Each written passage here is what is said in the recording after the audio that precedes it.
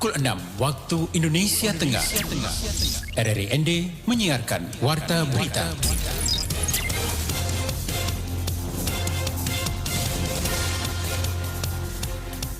Selamat pagi saudara, Anda mendengarkan Warta Berita Daerah edisi Jumat 18 Maret 2022. Dengan sari berita, kain tenun Rewarangga ikut meriahkan MotoGP Mandalika. Kemenkumham NTT fasilitasi pendaftaran kekayaan intelektual masyarakat. Inilah berita selengkapnya bersama saya, Antonia Nona.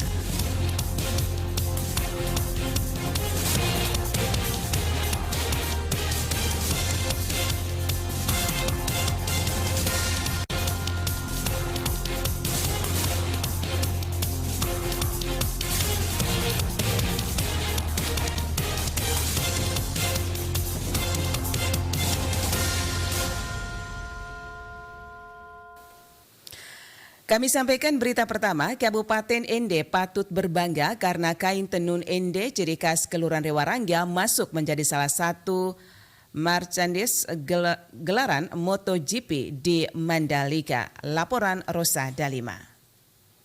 Hal ini disampaikan Lurah Rewarangga Antonius Andrianto pada saat rapat pemantapan kegiatan Safari Literasi Duta Baca Indonesia Selasa siang bertempat di Aula Kantor Perpustakaan dan Kearsipan Kabupaten Ende. Pegelaran MotoGP Mandalika di NTB yang digelar 18 hingga 20 Maret 2022 banyak disoroti oleh masyarakat Indonesia, sehingga NTT yang menaruh perhatian akan ajang balapan tersebut karena salah satu produknya masuk pasar MotoGP Mandalika. Lurah Andre jelaskan jika kain tenun Rewarangga dari kelompok tenun Mokekeso, yakni kelompok Ainari dan Beringin Indah, bekerja sama dengan Yayasan Insan Bumi Mandiri Bandung melalui produk Tenun In membuat produk olahan berupa aksesoris pakaian dengan ciri khas tenun Ende, secara khusus Kelurahan Rewarangga. Dirinya menyampaikan terima kasih untuk dukungan Insan Bumi Mandiri kepada kelompok tenun Mokekeso melalui produk Tenun In tersebut.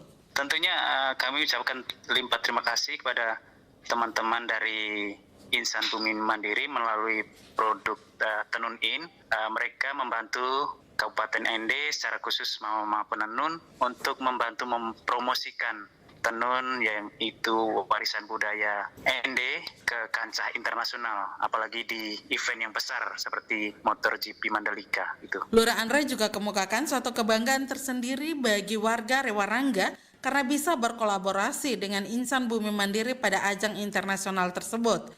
Dirinya berharap mendapat dukungan dari Bupati Ende dan pemerintah setempat berkenan mengirimkan atau memberikan kesempatan pelatihan pengolahan kain tenun menjadi produk aksesoris bagi anak muda, khususnya di Kelurahan Rewarangga, sehingga mampu dalam mengolah kain tenun menjadi produk yang bernilai jual tinggi. RRI Ende Rosa Dalima melaporkan.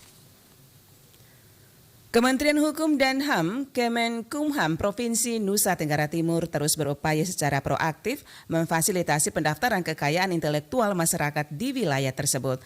Laporan Veranda Garus. Hal itu disampaikan Kepala Kantor Wilayah Kementerian Hukum dan HAM, Kemenkumham Provinsi Nusa Tenggara Timur, Marsiana Domika Jone, kepada RRI di Lintas Ende pagi Kamis kemarin. Dikatakannya, Kemenkumham terus melakukan edukasi dan memberikan kepastian hukum kepada masyarakat untuk mendapatkan hak kekayaan intelektual sehingga tidak mudah diklaim atau diplagiasi. Selain itu, untuk memberikan manfaat secara ekonomi karena mengangkat nilai jual sebuah produk serta semakin dikenal secara luas. Itu menjadi tugas kami bagaimana untuk melindunginya. Namun kami memang berperan aktif, tapi tergantung juga kesadaran hukum masyarakat bagaimana mereka mau tidak kekayaan intelektual itu didaftarkan. Nah tugas kami memang harus memberikan edukasi, dan kalau soal pendaftaran personal itu di NTT saya mesti mengatakan luar biasa, progresnya percepatannya luar biasa, makin hari makin banyak masyarakat yang melakukan pendaftaran kekayaan intelektual personalnya. Kenapa perlu perlindungan? Agar orang tidak menjiplak mengklaim bahwa itu milik mereka. Dan ini keuntungan ekonominya sebenarnya sangat luar biasa ketika masyarakat melakukan pendaftaran kekayaan intelektual dan mendapatkan perlindungan dari kami.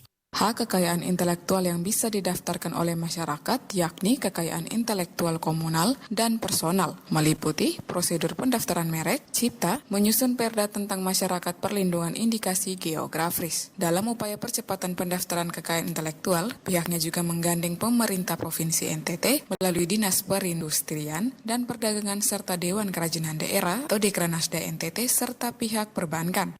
Beberapa daerah di NTT ini sudah punya sertifikat IG, misalnya Tenun Ikat Maumere, Tenun Ikat Sumba Timur, Tenun Ikat Alor, sudah. Kita tahun ini mudah-mudahan semua kabupaten sudah bisa mendapatkan perlindungan KI khusus Tenun Ikat. Tapi sangat tergantung kepada pemerintah daerahnya juga, tergantung kepada masyarakat perlindungan peduli indikasi geografis juga. Karena mereka yang punya kewajiban untuk menyusun buku deskripsi dan sebagainya. Dirinya berharap agar para pemerintah daerah melakukan pendaftaran terhadap semua kekayaan intelektual, baik komunal maupun personal di wilayahnya masing-masing, kemudian disampaikan kepada pihak Kemenkumham agar berbagai produk masyarakat dapat terlindungi secara hukum. RRI ND Veranda Garus melaporkan. Vaksinasi COVID-19 terus dilakukan pemerintah Kabupaten Lembata dalam rangka meningkatkan herd immunity masyarakat terhadap pandemi COVID-19 yang masih terus berlangsung ini. Laporan selengkapnya disampaikan Lady Badin. Pemkab Lembata terus gencar melakukan serbuan vaksinasi COVID-19 bagi masyarakat Lembata dalam rangka meningkatkan kekebalan tubuh menghadapi serangan virus COVID-19 yang masih mengintai. Demikian yang disampaikan oleh PLT Kadis Kesehatan Kabupaten Lembata, Gabriel Balawarat. Dijelaskan Gabriel Balawarat, capaian vaksinasi COVID-19 di Kabupaten Lembata saat ini untuk vaksinasi COVID-19 dosis pertama telah mencapai 91%, sedangkan dosis kedua telah mencapai 50%, sedangkan capaian vaksinasi anak telah mencapai 60% lebih. Jadi gini, kalau untuk capaian vaksinasi di Lembata dosis 1 itu kita sudah 91%. Iya, jadi kita dosis 2-nya sudah 50, lalu khusus untuk anak itu bisa 60 ya, untuk anak ya. Gabriel Balawarat mengungkapkan sejauh ini Pemkab Lembata juga telah melayani vaksinasi dosis ketiga untuk masyarakat dan juga gencar melakukan vaksinasi anak yang terbilang sukses dilakukan. Gabriel Balawarat juga terus menghimbau masyarakat Lembata untuk tetap disiplin menjalankan prokes agar terhindar dari COVID-19. RRI ND Lady Badin melaporkan. Anda sedang mendengarkan Warta Berita Produksi RRI ND. Kondisi Lembata dengan angka kasus HIV yang masih tinggi perlu mendapat perhatian lebih baik dari masyarakat maupun stakeholder terkait. Selengkapnya, Ferry Suo melaporkan. Tetapi tidak dikasih ruang yang luas, yang begitu besar, itu masalah pendanaan. Kasus yang masih tinggi ini berkat pemeriksaan rutin yang dilakukan Komisi Penanggulangan AIDS Daerah KPAD Kabupaten Lembata. Sayangnya backup dana untuk menunjang upaya penanganan kasus HIV AIDS di Lembata sejauh ini masih sangat minim. Ketua Komisi Penanggulangan AIDS Daerah KPAD Kabupaten Lembata, Rovinus Labalasar kepada RRI Selasa pagi menjelaskan, dari sisi anggaran, penganggaran untuk penanggulangan HIV AIDS masih sangat kurang, sehingga sangat susah untuk membiayai seluruh kegiatan termasuk honor KPAD. Apalagi saat ini KPAD mulai rutin turun melakukan sosialisasi dan pemeriksaan kesehatan yang harus melibatkan tenaga kesehatan.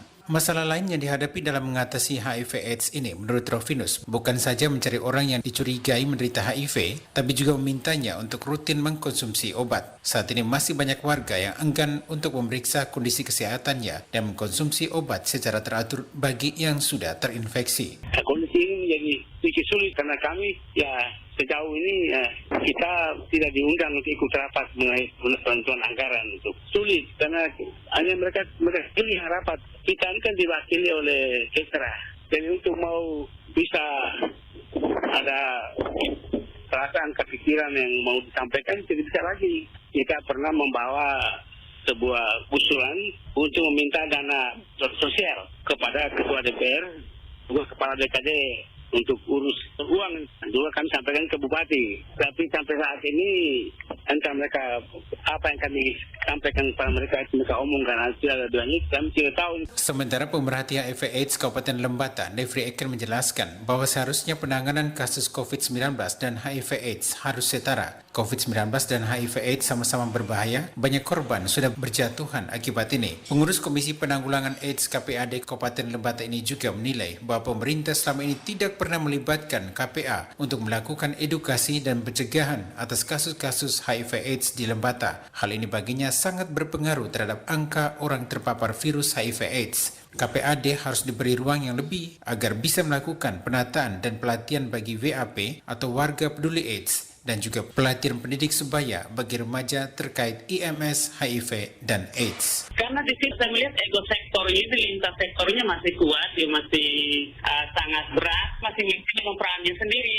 Jadi itu sebenarnya punya hak besar, tetapi tidak dikasih ruang yang luas, yang begitu besar. Itu masalah pendanaan. Dananya masih di Kesra. Kalau KPA-nya itu dikasih dana untuk dia mengelola sendiri dapurnya, itu otomatis tidak ada kendala seperti itu. Karena kalau KPA memiliki dapur sendiri, otomatis dia akan melakukan pelatihan pendidik sebaya, terus membentuk WPA, warga peduli AIDS di tiap-tiap titik. Masalah lain yang menjadi sorotan KPAD Lembata adalah tidak ada kolaborasi kerja antara Pemda, dalam hal ini Dinas Kesehatan, KPAD, serta stakeholder lainnya. Pihaknya berharap perlunya memperluas jaringan kerjasama dalam program pencegahan dan penanggulangan HIV/AIDS, mulai dari sosialisasi, pemetaan populasi kunci, dan advokasi terhadap stakeholder terkait, sampai pada akses rujukan pelayanan kesehatan agar informasi HIV/AIDS dan akses layanan kesehatan kepada masyarakat dapat terjangkau. Hingga Agustus 2021, jumlah kasus HIV/AIDS di Lembata mengalami penurunan sebanyak 12 kasus, tahun 2020 sebanyak 52 kasus, tahun 2019 54 kasus, tahun 2018 65 kasus, dan tahun 2017 68 kasus. RRI ND Ferry Soo melaporkan. Pimpin Hari Kesadaran Nasional Kapolres ND AKBP Andre Librian mengajak seluruh ASN di lingkup Pemkab ND bersatu dalam penanggulangan penyebaran COVID-19. Laporan Rovinus Vula. Apel Kesadaran Nasional yang diselenggarakan setiap bulan janganlah dianggap sebagai formalitas belaka, tetapi menjadi momen yang tepat dan strategis untuk membangun semangat pengabdian dalam rangka pemupukan disiplin, patriotisme, jiwa korsa, loyalitas, dan kebersamaan, serta mempunyai makna khusus sebagai sarana untuk introspeksi, evaluasi, dan koreksi sejauh mana ASN telah berbuat untuk organisasi dan kecintaan kepada Negara Kesatuan Republik Indonesia. Demikian disampaikan Kapolres ND AKBP Andre Librian SIK dalam sambutan Apel Kesadaran Nasional di halaman kantor Bupati ND, Kamis 17 Maret 2022. Kapolres ND mengatakan tugas kita saat ini adalah menjaga keutuhan NKRI dengan mengedepankan semangat persatuan dan kesatuan. Kita harus menjadi garda terdepan menjaga keamanan negara dan wilayah dari upaya-upaya adu domba oleh pihak yang tidak bertanggung jawab untuk memecah belah persatuan dan kesatuan yang sudah terbina dan dijaga selama ini. Dan momentum pelaksanaan Hari Kesadaran Nasional kita jadikan semangat untuk sama-sama bersatu dalam penanggulangan penyebaran COVID-19 di wilayah Kabupaten ND. Kapolres ND mengajak seluruh ASN di lingkup pemerintah Kabupaten ND dan seluruh pemangku kepentingan secara bersama-sama mulai dari upaya pencegahan dengan selalu mengedepankan protokol kesehatan, dan sebagai aparatur sipil negara jangan pernah berhenti dan lelah untuk mengingatkan seluruh masyarakat dan harus memastikan seluruh masyarakat Kabupaten ND untuk tetap mematuhi protokol kesehatan. Selain itu, upaya untuk penanggulangan penyebaran virus COVID-19 yang perlu kita sama-sama pahami adalah bagaimana kita membantu mensukseskan program pemerintah pusat untuk mencapai target vaksinasi. Sekali lagi, untuk mencapai target vaksinasi dosis 1 100% dan dosis 2 minimal 70%. Diikuti nanti dengan dosis 3 atau booster yang pasti akan menjadi sasaran berikutnya dari pemerintah pusat. Kapolres ND mengatakan perkembangan penyebaran virus corona akhir-akhir ini mulai meningkat dan Kabupaten ND termasuk kabupaten angka positif virus corona tertinggi selain Kota Kupang. Maka seluruh ASN diminta untuk sama-sama menjaga keluarga dan sesama saudara di wilayah Kabupaten ND untuk tidak terus menjadi korban dari virus corona 19. Kapolres ND mengajak seluruh jajaran TNI Polri, Satuan Polisi Pamong Praja, dan perangkat Forkompinca, kepala desa hingga RT RW diharapkan memobilisasi masyarakat yang belum divaksin, baik vaksin dosis pertama maupun dosis kedua. Maka seluruh aparatur wajib saling bahu-membahu untuk menyukseskan program pemerintah yang tujuannya untuk kesehatan dan keselamatan kita bersama. RRI ND Rovinus Vula melaporkan. Saudara, sekian Warta Berita Daerah. Kami yang bertugas pagi hari ini, saya Antonia Nona mengucapkan terima kasih. Selamat pagi.